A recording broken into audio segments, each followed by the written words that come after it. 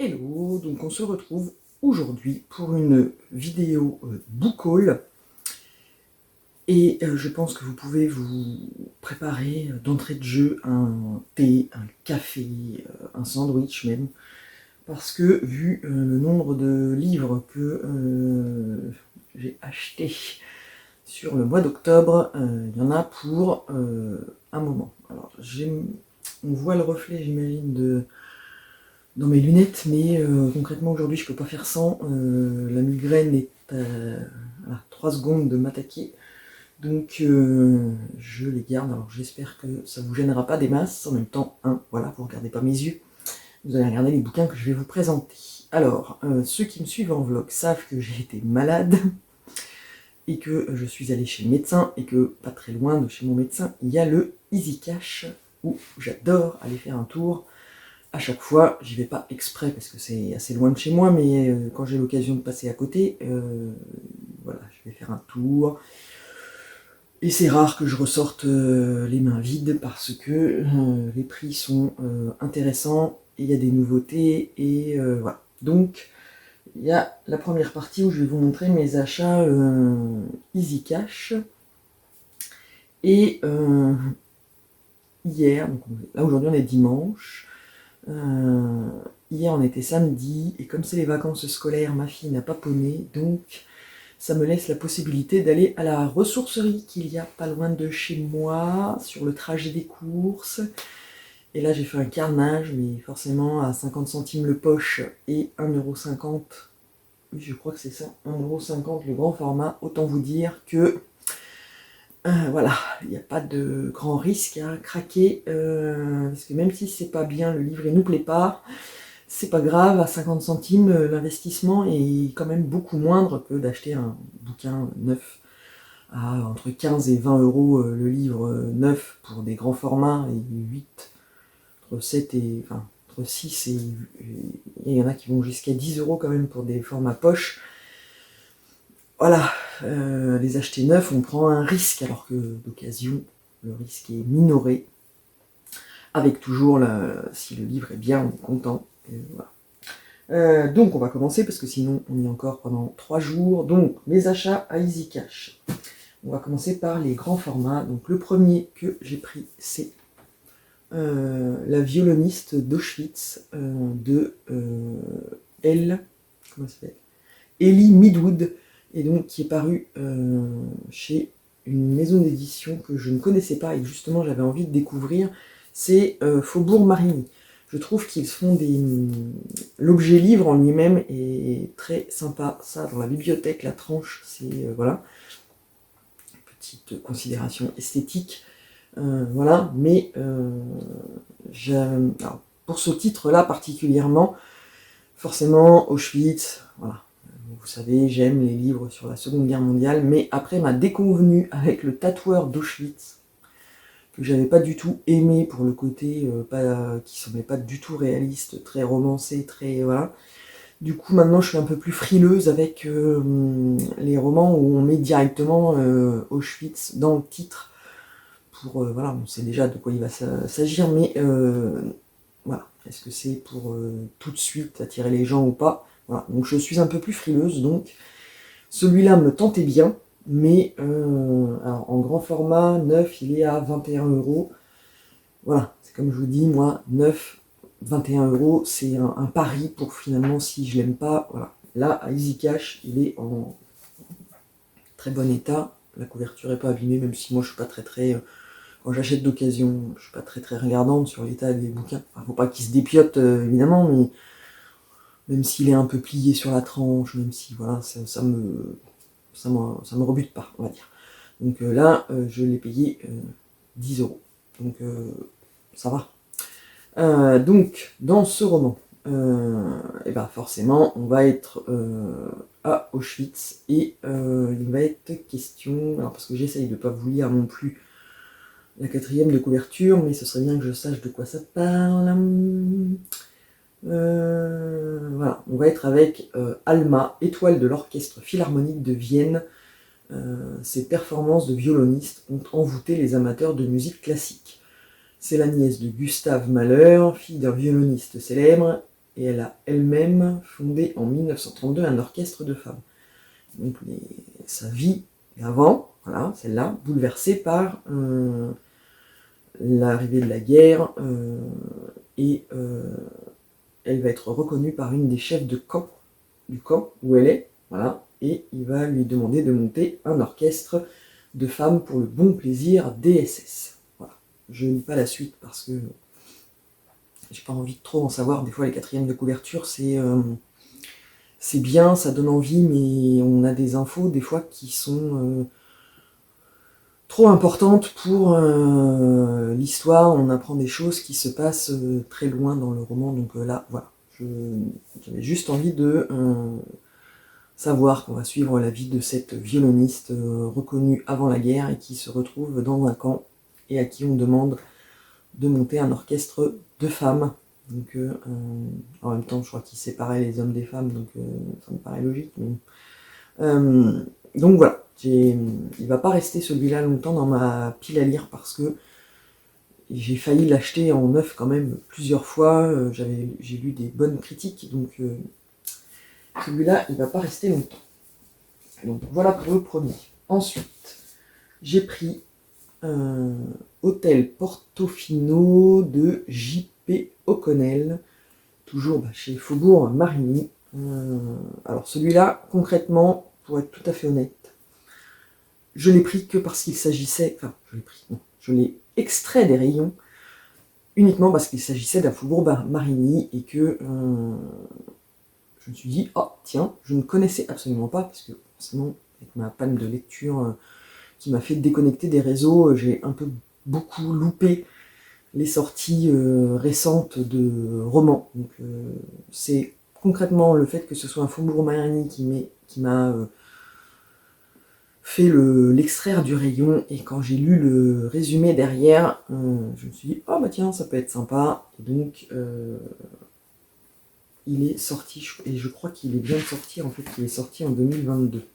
J'ai un doute, mais oui, c'est ça. En fait, il est sorti cette année, et donc il était à 13 €. Donc j'ai lu le résumé, ça m'a plu. Et en plus, après, j'ai vu sur Instagram, je ne sais plus qui l'a lu et a fait un avis dessus. Et donc, du coup, ça m'a confirmé que j'avais bien fait de le choisir. Donc, on est en 1926 dans le magnifique hôtel Portofino, un hôtel de luxe sur la Riviera italienne, ouvre tout juste ses portes. Mais alors que les premiers clients viennent seulement de franchir les portes de la somptueuse bâtisse, les ennuis s'accumulent pour Bella Ainsworth, sa propriétaire. Les hôtes qu'elle reçoit sont des habitués de la haute société anglaise, donc exigeants et difficiles à satisfaire. Ses relations avec son mari, Cécile, se dégradent, ses enfants peinent à se remettre des dégâts de la Grande Guerre, l'argent est un sujet de tension perpétuelle et Bella est la cible d'un politicien local corrompu, alors que l'Italie s'enfonce de plus en plus dans l'ère de Benito Mussolini. Et donc voilà, ils mettent une fascinante histoire de famille à l'aube de bouleversements mondiaux. Il y a encore d'autres trucs, mais je ne les lis pas, je lis que le début. Donc voilà, j'avais envie de découvrir, et puis à 13 €. Je viens de voir en passant, j'aime bien voir comment. Bon, alors évidemment, je choisis un chapitre et la mise en page des chapitres. Voilà, le chapitre est un peu travaillé comme ça. Moi, j'aime beaucoup cette maison d'édition. Bon, voilà, à voir. Celui-là, il sera lu aussi, peut-être pas tout de suite, mais il y passera. Enfin, comme je dis ça, comme tous les livres de ma pile à lire, forcément. Ensuite, j'ai pris Anna Hope, Nos espérances. Alors, je n'ai rien lu d'elle, mais tout le monde en dit tellement le plus grand bien. Je sais qu'elle a écrit La salle de bal, je dis pas de bêtises. Non, évidemment, ça peut être marqué là. La salle de bal, oui, voilà, et Le chagrin des vivants. Alors, Le chagrin des vivants, je l'ai cherché en fait au départ. C'est comme ça que je suis tombée sur celui-là. Je cherchais Le chagrin des vivants parce que j'avais commencé à l'écouter en audio-livre que j'avais emprunté à la bibliothèque, mais c'est pas un livre qui se prête à l'écoute. Enfin, en tout cas, moi, ça n'a pas marché avec moi. La voix était sympa, mais voilà. Bon, déjà parce que les audiolivres, je peux les mettre que dans la voiture, puisque c'est un CD de la médiathèque. Et concrètement, mes enfants, ça les saoule. Donc j'ai 10 minutes de voiture le matin, 10 minutes de voiture le soir. Pas suffisant pour que ce soit probant de faire en écoute. Donc enfin, bref, donc le Chagrin des Vivants, je le cherchais, j'avais commencé à l'écouter et j'aimais bien l'histoire, donc voilà, je finirai par l'acheter, hein, c'est évident. Mais en cherchant le Chagrin des Vivants, je suis tombé sur celui-là, donc c'est le plus récent, et que j'ai payé 3,99€, enfin 4€. Donc dans un parfait état, en grand format, c'était parfait. Et donc on est avec Anna, Kate et Lisa, jeunes, impétueuses, inséparables. Dans le Londres des années 1990, en pleine mutation, elles vivent ensemble et partagent leur point de vue sur l'art, l'activisme, l'amour et leur avenir qu'elles envisagent avec gourmandise. Le vent de rébellion qui souffle sur le monde les inspire. Leur vie est électrique et pleine de promesses. Leur amitié franche et généreuse. Les années passent et à 35 ans, entre des carrières plus ou moins épanouissantes et des mariages chancelants, toutes trois sont insatisfaites et chacune convoite ce que les deux autres semblent posséder. Qu'est-il arrivé aux femmes qu'elles étaient supposées devenir? Voilà, rien que le résumé fait que ça va être une chouette histoire de femmes que j'avais envie de découvrir. Donc voilà. En attendant de trouver les autres, je commencerai par celui-là, sachant que pardon, Fred, donc Fred de Jamais sans mon aiguille, que les amateurs de Point de Croix connaissent, a lu Le Chagrin des Vivants, et elle en a fait une telle éloge que moi, elle m'a convaincu définitivement de l'acheter, et du coup, elle a provoqué l'envie de lire aussi les autres, avant même d'avoir commencé à essayer. Toute ma conviction, voilà, j'aime bien, je prends, ça se trouve, je ne vais pas aimer du tout. Mais bon. Et donc, ensuite, ils avaient mis sur un présentoir dès l'entrée Les rêves de nos mères. Alors c'est l'intégrale de Karine Pitochi et qui est paru donc chez les éditions Charleston. Et en fait il y a deux romans. Il y a Les rêves de nos mères et Les cendres sous les coquelicots. Et là en fait ils ont tout réuni en un seul roman, en un seul livre qui regroupe les deux romans. Donc bah forcément, il est quasi neuf, à peine pas abîmé, et il m'a coûté 13€ pour les deux romans. Voilà, où on a un résumé derrière. Une riche veuve comtesse du prestigieux domaine de Longfield Park, un chef de la pègre londonienne, une frêle jeune fille qui tente de survivre à la violence de son mari, une lady éprise de liberté et bien décidée à faire progresser la cause suffragiste. Des personnages qui n'étaient pas destinés à se rencontrer vont se croiser à la faveur des événements de ce bouillonnant début de XXe siècle et traverser la Grande Guerre avec la même rage de vivre. Rien que le résumé, moi, voilà. Donc, avec la lumière, je l'ai emprunté, enfin je l'ai pris, voilà, parce que à ce prix-là, j'allais pas me priver, et elle a fait beaucoup de... Enfin, tout le monde en a parlé, parce que forcément, voilà, avec les lectrices Charleston que je suis sur Instagram, pour certaines, ça faisait partie de leurs recommandations, avant que je coupe moi, mais ça faisait partie de leurs recommandations, donc du coup, ça a imprégné mon esprit quand même, et quand je l'ai vu, le livre, dans les rayons, je me suis dit, ah, voilà, je le prends. Et puis le résumé m'avait bien tenté.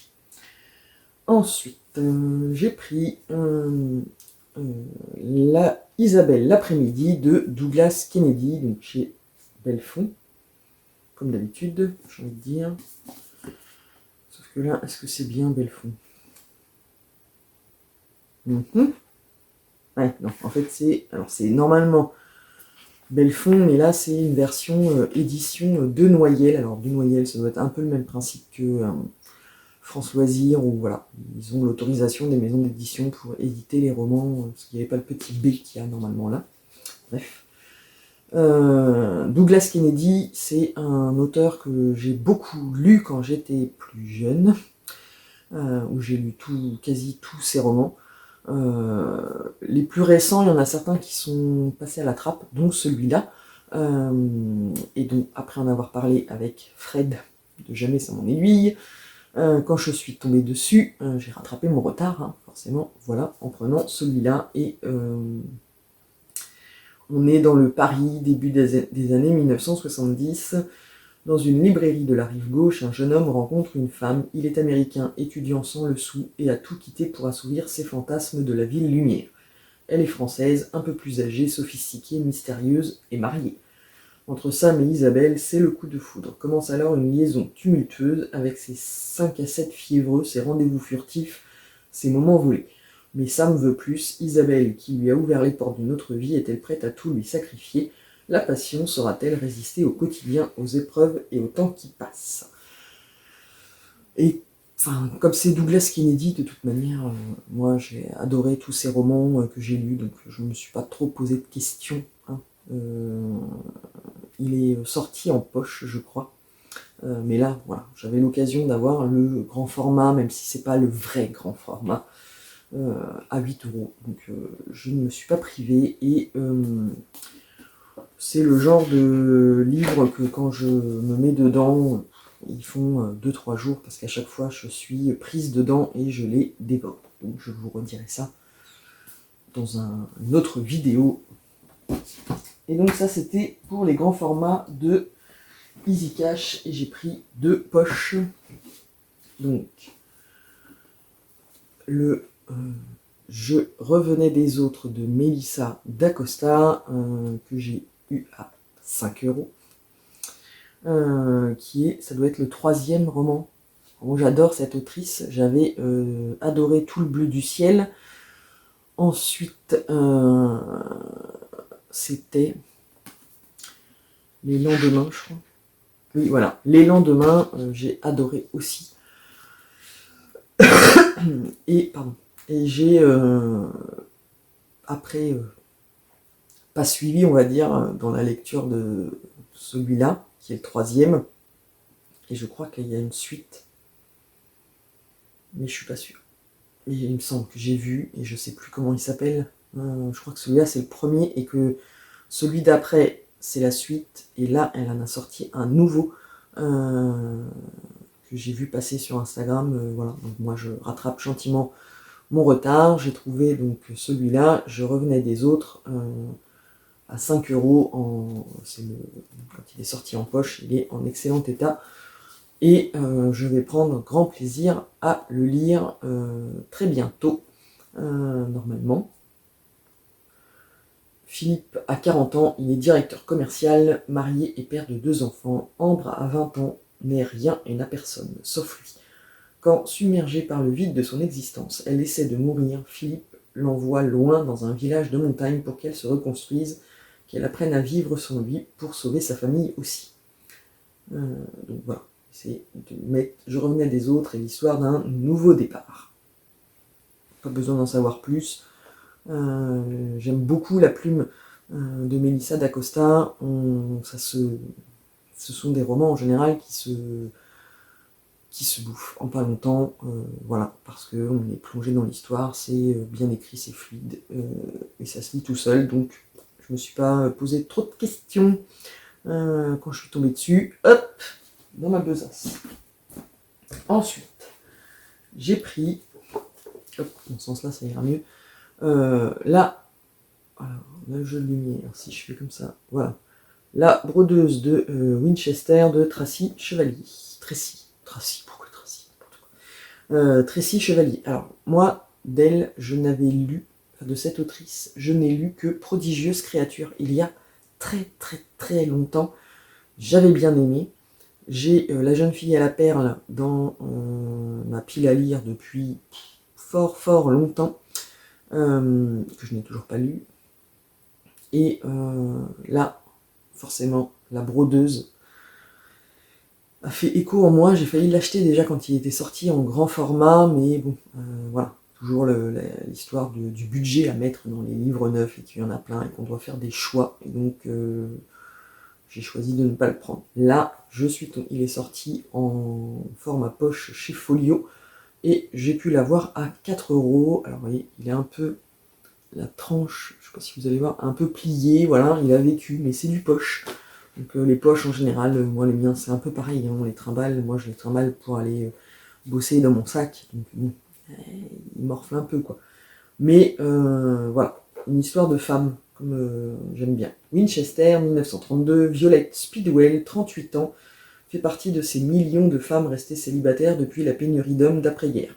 Pour échapper à une mère acariâtre, elle décide de prendre son envol, mais son célibat lui attire plus de mépris que d'amitié. C'est au sein du cercle des brodeuses de la cathédrale qu'elle trouvera le soutien qui lui manque pour affronter les préjugés de son époque. Voilà. Et c'est le genre de résumé qui me tente bien. Et Fred, toujours elle, l'a lu, on a fait une analyse, enfin donné son avis dans ses aiguilles à papote, et m'a définitivement convaincu qu'il fallait que je lise absolument ce roman. Donc quand je suis tombée dessus, voilà, vous connaissez la suite, j'ai craqué, voilà. Donc ça c'était tous mes achats pour que j'ai fait à Easy Cash. J'étais déjà ravie. Et là, hier, le petit voyage à la ressourcerie, je les pousse derrière moi pour que ça fasse plus de place, a fait augmenter ma pile à lire de plein de titres encore. Du coup, on va passer maintenant au livre que j'ai trouvé à la ressourcerie. Donc, autant vous dire que là, les tarifs défient toute concurrence puisque les grands formats sont à, je l'ai déjà dit tout à l'heure, je crois, 1,50 €, donc je ne vais pas vous dire à chaque fois combien je l'ai eu, hein. Voilà. Grand format 1,50 €, format poche 50 centimes. Donc, autant vous dire que là, voilà. La dame d'ailleurs hier, quand j'y suis allée, moi j'y suis allée sans sac, quoi. Non, je trouvais 1 ou 2 livres. Et puis plus ça allait, plus j'entassais les livres. Voilà, il y a une responsable, bénévole de la ressourcerie qui a eu pitié de moi et qui m'a ramené un sac, vous savez, les sacs de course Leclerc, grand format, pour que je puisse mettre les livres dedans, sauf qu'elle a signé ma perte, c'est-à-dire qu'arrivé à un moment, je me serais arrêtée, j'en avais plein les bras, je pouvais pas en prendre plus. Quand elle m'a donné un sac, le sac, je pouvais le re-remplir, donc... bref. Donc, j'ai pris Le parfum de l'exil de Ondine Kayat, je crois que c'est comme ça, donc qui est paru aux éditions Charleston récemment, je crois. Alors, celui-là, je l'avais vu passer sur Instagram, donc c'est oui, 2021, donc c'est pas il est quand même récent. Même si, alors celui-là, en lisant le résumé, même si il est question de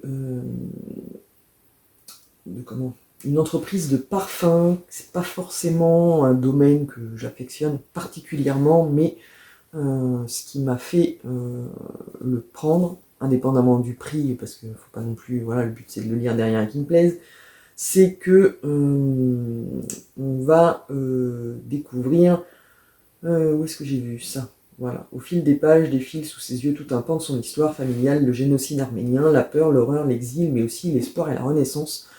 Et ce sont des histoires que j'aime bien. Donc là, en fait, elle est... on est avec Taline, dont la grand-mère qui l'a élevée, guidée, accompagnée à chaque étape de sa vie, et qui lui a appris le métier du parfum, à reconnaître les odeurs et tout ça, est décédée, et Taline, qui se retrouve à la tête de l'entreprise de parfum, découvre un carnet en cuir rédigé par Louise, ça doit être Nona, sa grand-mère qui s'appelait Louise, son arrière-grand-mère. Ah non, voilà, par l'arrière-grand-mère, elle découvre l'histoire de sa famille finalement. Voilà. Donc c'est plus le fait qu'il est d'en apprendre plus sur ce qui s'est passé dans le passé pour ce pays que je ne connais absolument pas. Donc voilà. Toute lecture est bonne, enfin toute occasion est bonne pour découvrir l'histoire à travers des romans. Voilà, c'est ça ce qui m'a motivé à prendre celui-là.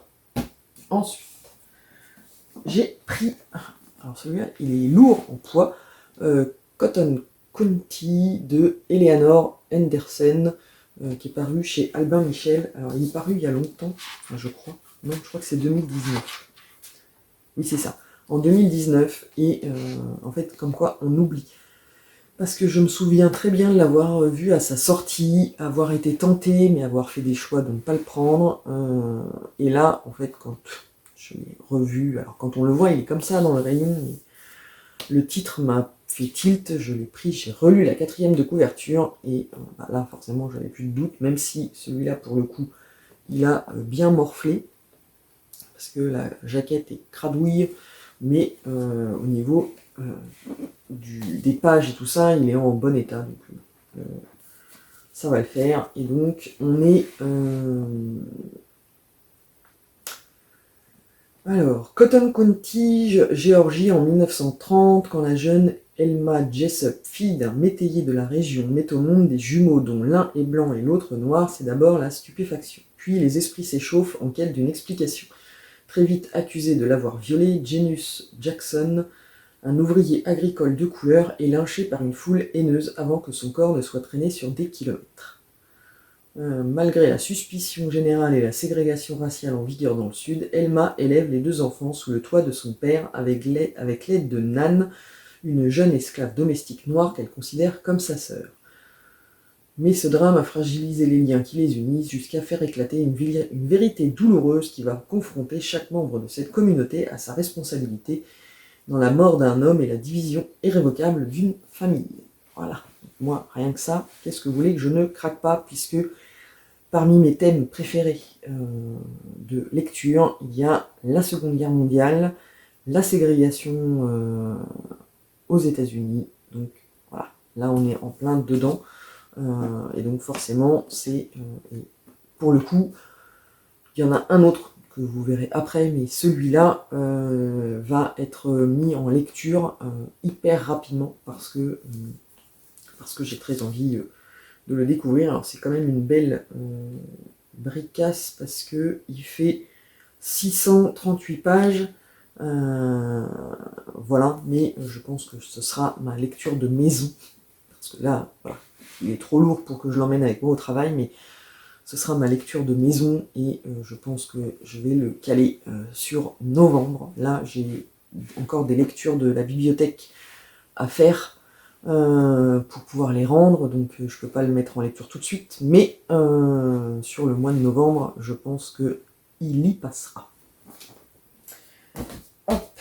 Ensuite, je suis tombée sur La dernière reine de Philippa Gregory, en grand format, et c'était paru chez...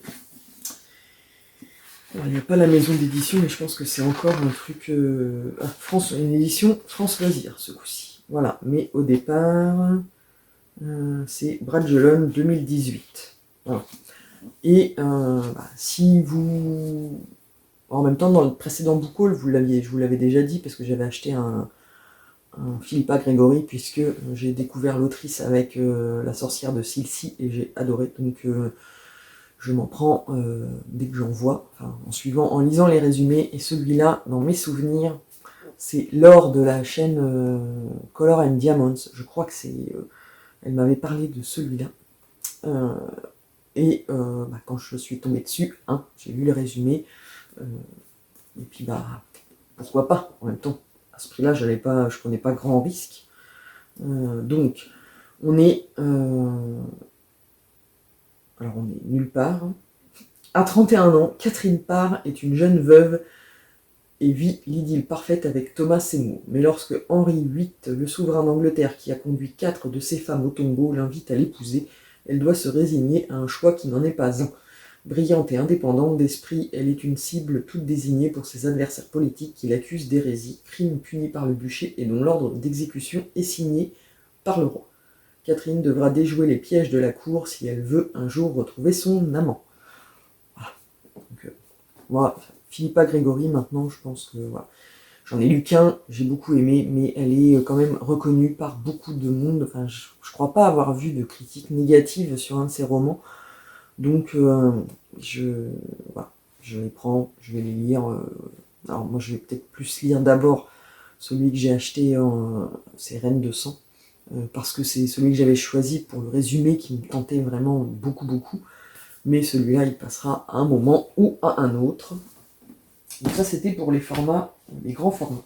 Et après, j'ai fait une razzia dans les livres de poche.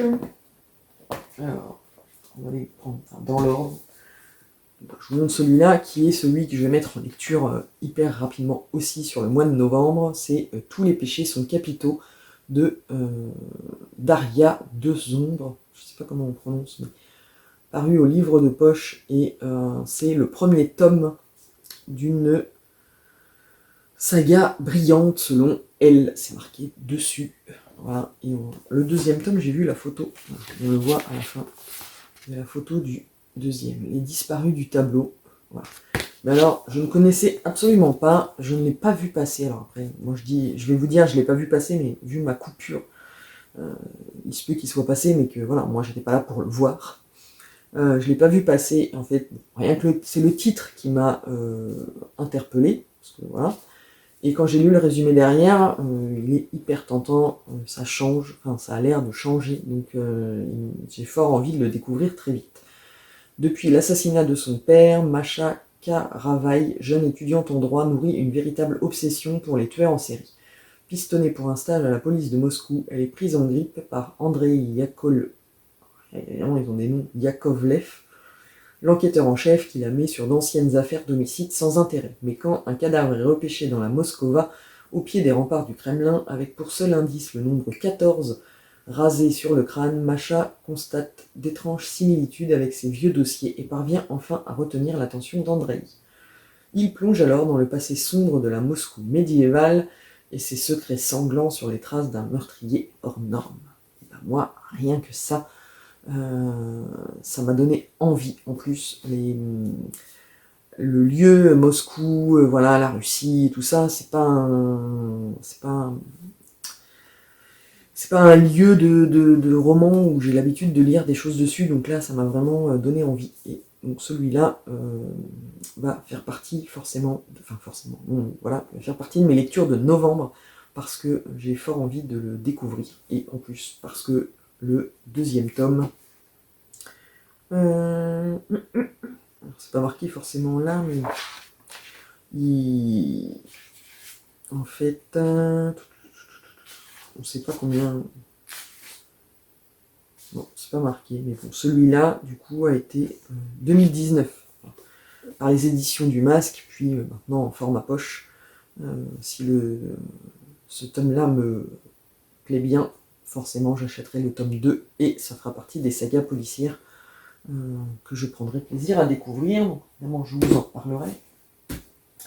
Ensuite, alors je vous les montre dans le désordre, pas forcément dans l'ordre dans lequel je les ai pris, parce qu'il y en a, je les ai pris tout de suite, d'autres, ça faisait partie du deuxième wagon, un coup que j'avais le sac, qui me permettait de plus mettre tout mon bazar dedans et d'en prendre plus. Donc j'ai pris celui-là, Le Livre des Morts de Glenn Cooper, même si, à la réflexion, je me demande si j'ai pas vu des avis négatifs passer à peu près sur ce roman, mais bref. À ce prix-là, c'était pas bien grave si c'est une foirade. Mais en attendant, moi, le résumé, bon, même si il est question d'ésotérisme, ce qui n'est pas du tout mon domaine, mais bon, enfin mon domaine, ça me plaît pas plus que ça, mais on verra bien. Là, New York, mai 2009, une série de décès inexplicables fait les gros titres. Rien ne semble relier les victimes, ni leur vie, ni les circonstances de leur disparition. Rien, sinon une carte postale de Las Vegas, qu'ils ont tous reçu, une carte postale avec une simple date, celle de leur mort. Will Piper, profileur du FBI, n'a jamais rien connu de tel. Commence alors pour lui un véritable casse-tête pour mettre le doigt sur la plus invraisemblable des vérités. Tout serait-il écrit à l'avance? Bon, voilà, à voir. Je l'ai pris plus parce que c'était l'occasion et le prix qui faisait que. Voilà, plus que par vraiment entrain. Voilà, le résumé est sympa, je me suis dit, ah bah tiens, voilà. Et c'est après que je me suis dit, mais celui-là, j'en ai entendu parler et que m'est revenu en tête, je crois, des avis, pas négatifs, mais on va dire plutôt mitigés. On verra bien, ce sera l'occasion pour moi de me faire mon propre avis sur cette histoire. Alors, Ensuite, j'ai pris celui-là, Le couple d'à côté de Shari Lapena. C'est du thriller parfaitement ficelé et toujours sur le fil du rasoir, selon Harlan Coben. Mais bon, il faut se méfier des petites phrases qui sont mises comme ça, parce que... c'est un polar, voilà. Ils mettent un polar bien ficelé, pose pas mal de questions sur la maternité, les rapports familiaux, et nous réserve de multiples surprises. Bon, on verra bien. En tout cas, dans cette histoire, il est question d'un couple qui est invité à dîner chez le couple d'à côté, forcément, enfin chez leur voisin.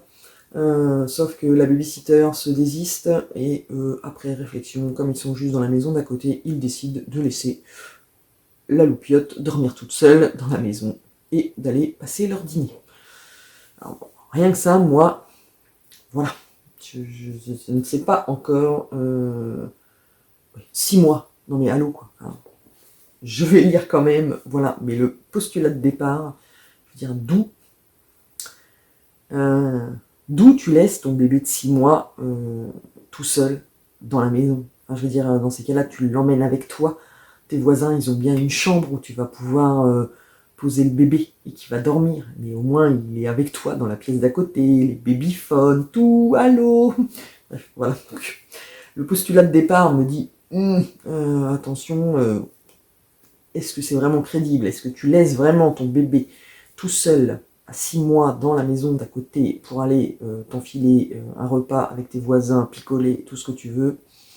Voilà. En attendant, malgré tout, j'avais quand même envie de lire cette histoire parce que, bien évidemment, quand ils rentrent chez eux, le bébé a disparu. Voilà. Et du coup, scène de crime envahie par les uniformes, la culpabilité, l'effroi, l'angoisse et la suspicion. Que s'est-il passé? Voilà. Donc, je l'ai pris pour voir ce que ça peut donner. Voilà. Même si voilà, le point de départ, complètement, a priori comme ça se trouve, quand je vais le lire, ah oui, d'accord. Mais sinon, voilà. Le point de départ, moi, impossible. Tu ne peux pas laisser ton bébé de 6 mois tout seul chez lui, même s'il dort, enfin voilà, tu l'emmènes. Enfin, bref. Ensuite, j'ai pris Rien ne t'efface de Michel Bussy. Et celui-là, je l'ai pris avec un gros doute sur le fait de savoir si je l'avais déjà lu ou pas. Mais à 50 centimes, je ne me suis pas posé trop la question, mais quand j'ai lu le résumé me dit quand même beaucoup, et je soupçonne que je l'ai lu en l'empruntant à la bibliothèque, je crois. Je suis pas sûre, mais bref, mais bon, c'est pas grave. Je le verrai bien tout de suite en lisant les premières pages, si vraiment je l'ai lu ou pas. C'était il y a 10 ans, jour pour jour, un matin d'été sur la plage de Saint-Jean-de-Luz, le petit Esteban disparaît. Maddy, sa mère, ne s'est jamais pardonné d'avoir baissé la garde, et puis 10 ans plus tard, même plage, même âge, ce garçon qui lui ressemble tant, même silhouette de crevette, même maillot indigo, même tache de naissance, sosie, jumeaux, pour Maddy, aucun doute, ce garçon, ce Tom est son fils, Esteban réincarné. Pour le suivre, le protéger, elle laissera tout derrière elle, car rien ne s'efface, ni l'amour d'une mère, ni la haine. Et donc voilà. À 50 centimes, c'est pas bien grave si je l'ai déjà lu. Je vais m'en rendre compte assez vite, et en général, les Michel Bussy. Si je l'ai pas lu, très bien, tant mieux. Les Michel Bussy, ça se lit très bien, très vite, et en général, les histoires sont assez bonnes. Enfin, moi, j'aime bien. J'en ai lu beaucoup il y a un certain nombre d'années. Moins maintenant, voilà. Mais sinon, celui-là, je prendrais plaisir à le lire ou à le relire si je me rends compte que c'est un que j'ai déjà lu. Bref. Ensuite, j'ai pris Plateau de Franck Bouys. Parce que j'avais beaucoup aimé Grossir le ciel, avec lequel j'ai découvert l'auteur, mais il n'y a pas si longtemps, hein, je l'ai lu en 2020 ou 2021 peut-être. Et donc, voilà, dès que je tombe sur un nouveau roman de l'auteur, je le prends. Donc là, voilà, je l'ai pris après avoir lu le résumé qui m'a bien plu aussi. Plateau de 1000 vaches, Judith et Virgile tiennent une petite ferme dans un hameau. Le couple a élevé Georges, un neveu dont les parents sont morts dans un accident de la route quand il avait 4 ans.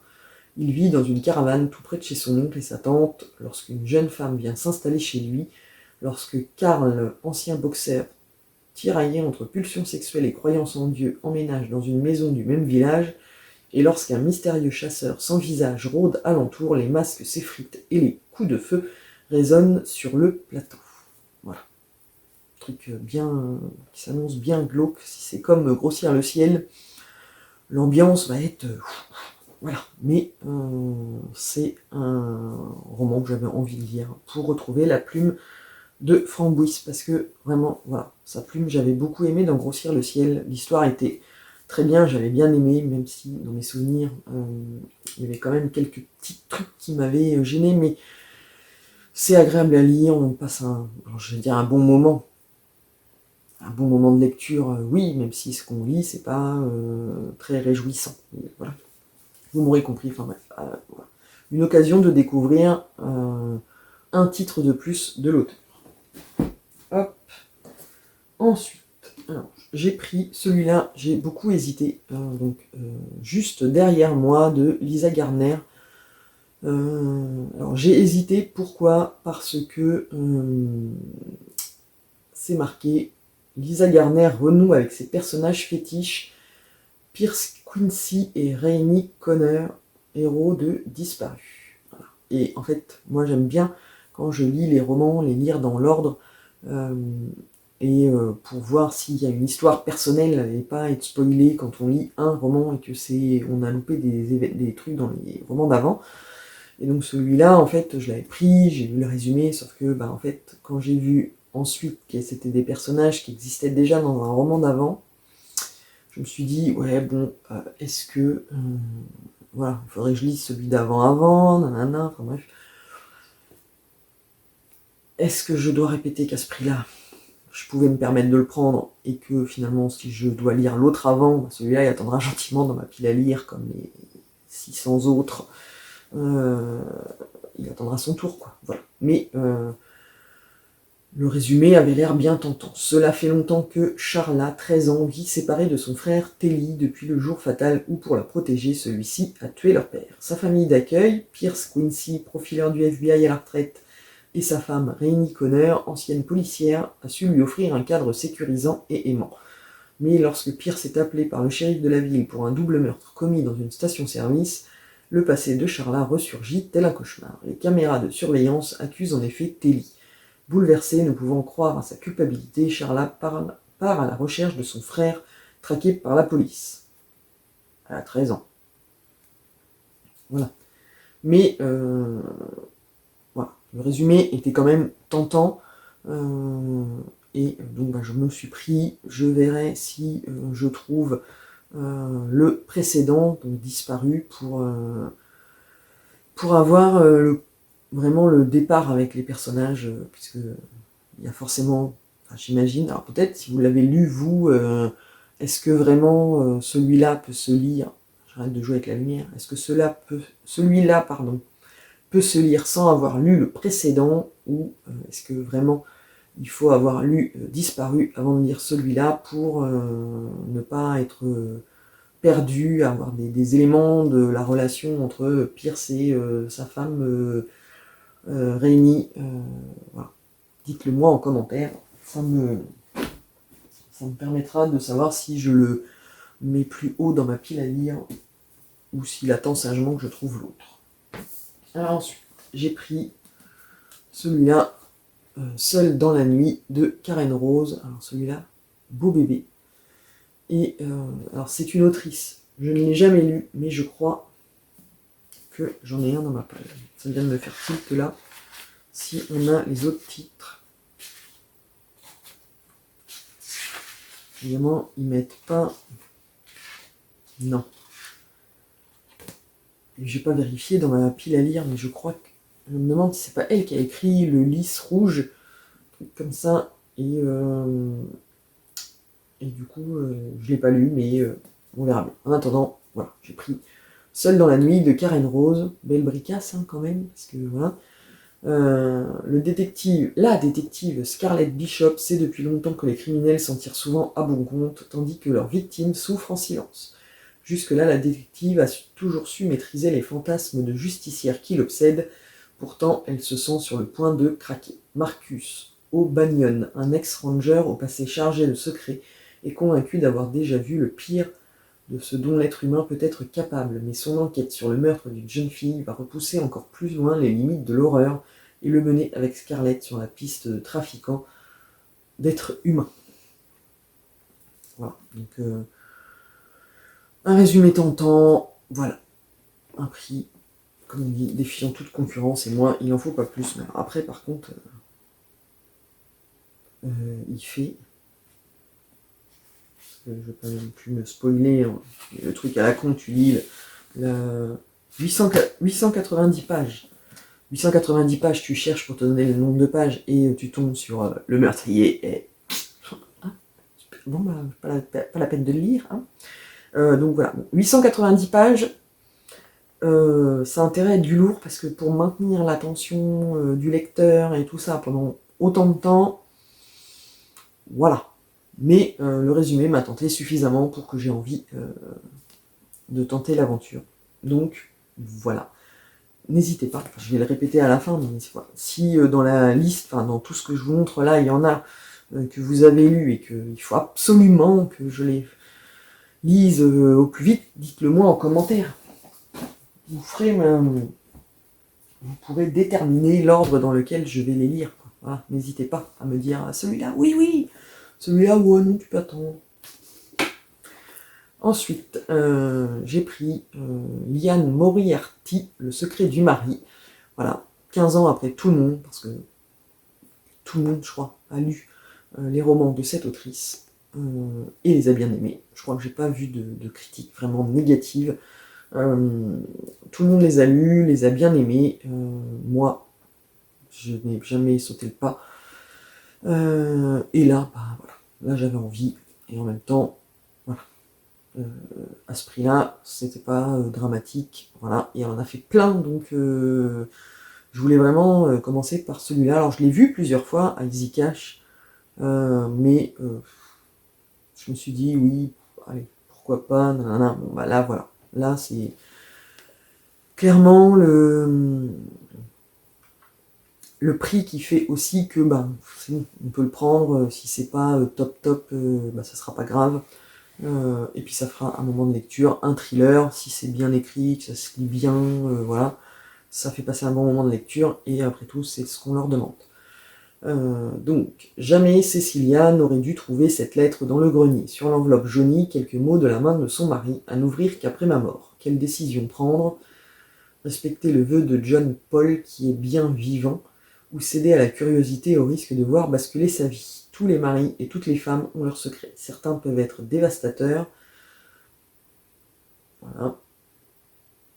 Et suspense et émotion pour marquer son lecteur d'une empreinte durable. Voilà. Apparemment, le mari a un secret qu'elle va découvrir, qu'est-ce que ça va changer, patati patata. Voilà.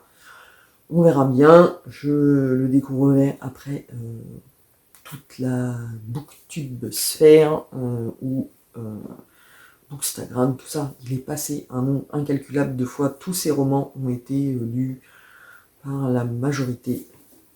Et j'arrive après la bataille. Mais donc dans la foulée, bah, ils avaient aussi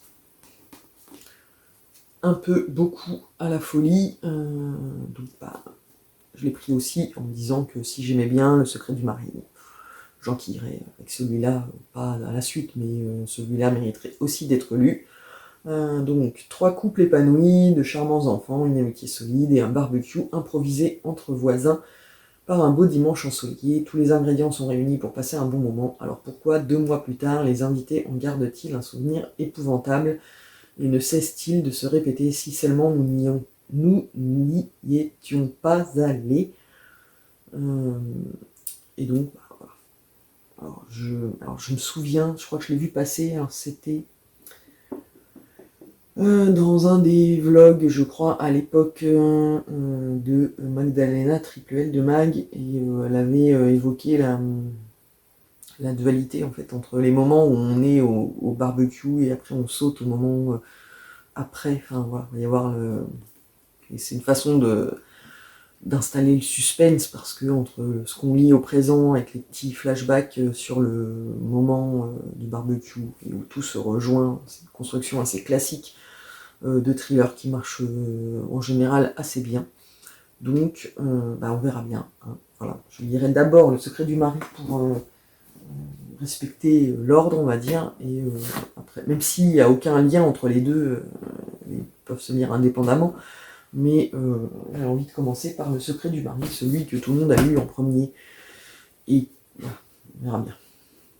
Alors, j'ai pris aussi L'essence du mal de Luca d'Andrea, et donc la rencontre sanglante de Stephen King avec John Esbo. Belle promesse. Et en fait, je l'avais jamais vu passer celui-là non plus. Hein. Pareil. Et pourtant, il est sorti en. Et vous vous en foutez en fait de savoir quand est-ce qu'il est sorti. Moi, en fait, ça m'empêche pas de les lire, mais j'aime bien savoir. Ouais, voilà. 2017 aux éditions de Noël.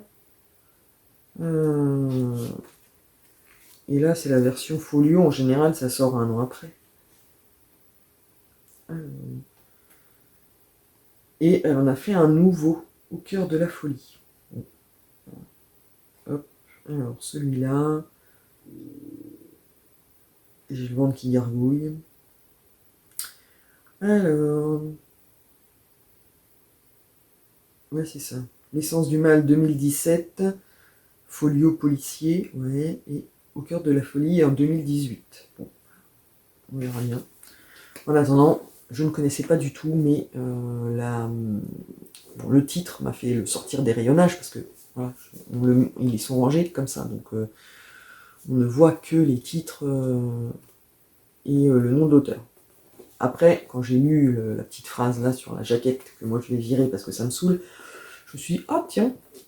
Et donc j'ai lu le résumé. En 1985, dans les montagnes hostiles du Tyrol du Sud, 3 randonneurs sont retrouvés dans la forêt de Blätterbach, leur corps mutilé au-delà de l'imaginable. Personne n'a jamais su ce qu'il s'est passé. 30 ans plus tard, Jeremiah Salinger, réalisateur américain de documentaires, marié à une femme de la région, entend parler de ce drame mystérieux et part à la recherche de la vérité. À Siebenhoek, petite ville des Dolomites où le couple s'est installé, les habitants voient d'un mauvais œil son enquête, comme s'ils craignaient qu'elle ne déterre des secrets enfouis depuis des décennies et ne rouvre des plaies jamais vraiment cicatrisées. Voilà. Le résumé a suffi aussi à me convaincre de tenter l'aventure de cette lecture et on verra bien ce que ça va donner. Peut-être que ce sera la découverte d'un nouvel auteur de thriller que je prendrai plaisir à suivre. C'est... Ah bah voilà. Né en 1979 à Bolzano, dans le Tyrol du Sud, où il vit encore, Luca d'Andrea est romancier et scénariste. L'essence du mal, son premier roman, lui a valu d'être comparé à Stephen King et John Esbo. À voir si derrière, je suis d'accord avec ça ou pas. Et enfin, le dernier, 1 heure. J'ai pris La ligne noire de Jean-Christophe Granger. Alors, Jean-Christophe Granger, c'est un auteur que j'ai dû... j'ai lu... Qu'est-ce que j'ai lu? Son dernier, je crois que je l'avais lu sur la liseuse. Ça avait été... je crois, je m'en souviens même plus, c'est pour vous dire. J'ai Le Concile de Pierre dans ma pile à lire, que je n'ai toujours pas lu. Et là, le titre m'a intrigué. Et la 4e de couverture hyper succincte encore plus. Donc du coup, je me suis dit que je pouvais bien tenter. On verra bien. Donc, il existe quelque part en Asie du Sud-Est, entre le tropique du Cancer et la ligne de l'équateur, une autre ligne, une ligne noire jalonnée de corps et d'effroi. Voilà, c'est tout ce qu'on sait. Je vais tousser. Pardon. les restes de mon virus chopé il y a 10 jours maintenant, et j'ai du mal à... Voilà. Entre les maux de tête qui sont toujours là, qui m'obligent à prendre du Doliprane régulièrement, même si je mets mes lunettes toute la journée, voilà, plus la toux qui refuse de partir. C'est sympa, ce début de période hivernale. Donc oui, la quatrième de couverture est hyper succincte, mais alors concrètement, moi, ce qui m'a fait craquer, c'est jalonné de corps et d'effroi. Je me suis dit, ah putain, on va morfler, voilà. Et ce sera une occasion de découvrir la plume de Jean-Christophe Granger, que je ne connais finalement pas beaucoup, et voilà, ça me fera une occasion de plus. Et quand j'ai mis la photo sur Instagram, j'ai des copines qui l'a... Alors, est-ce qu'elle m'a dit qu'elle l'avait lu ou elle l'avait acheté? Non, je crois qu'elle l'a acheté aussi, je ne sais plus, enfin bon bref, on verra bien, soit ça marchera, soit ça marchera pas, et si ça marche pas, ce sera pas grave, j'aurais essayé, voilà. Et alors, il a le... On voit que c'est des vieux romans policiers, parce que on voit qu'il a les pages, il a dû rester longtemps dans une pile, mais c'est un roman, il date de 2004, qui est paru aux éditions Albin Michel, 2004, donc presque quasiment 20 ans, 18 à 2 ans près, voilà, donc à voir ce que ça va donner. Bon, et ben voilà, nous sommes arrivés au bout de ce book haul monstrueux, 1 heure, pour présenter toutes ces lectures, enfin ces futures lectures, ceux qui ont intégré ma palle. J'avais quand même réussi à bien baisser, mais voilà, donc je suis toujours à 600, plus tout cela là. C'est une catastrophe, même si là, voilà, le rythme de lecture n'est pas revenu au rythme d'avant, mais je repris un bon mood de lecture. J'arrive à organiser mon temps pour... voilà. Donc, je ne sais pas en fait si cette vidéo book haul va sortir avant ou après. Je ne sais pas, ça va dépendre de quand je vais avoir le temps de l'enregistrer, mais j'ai prévu de faire une vidéo sur mes lectures du mois d'octobre et peut-être de septembre. Ça va dépendre, il faut que je recalcule combien j'en ai et si ça vaut le coup de les faire en une seule vidéo ou si je mets que octobre, je ne sais pas. Enfin bref. Donc, soit vous aurez déjà vu ma vidéo sur mes lectures de septembre et octobre ou d'octobre tout court, ou ce sera la prochaine vidéo. Voilà, en attendant, aujourd'hui c'était la vidéo book haul de octobre qui me fait rajouter une vingtaine, je ne sais pas compter, hein, mais je crois que ça fait une vingtaine de livres dans ma pile à lire. Et je compte sur vous pour me dire en commentaire lesquels je dois mettre tout en haut de la pile pour les lire plus vite, parce qu'ils le méritent vraiment. Dites-moi tout en commentaire.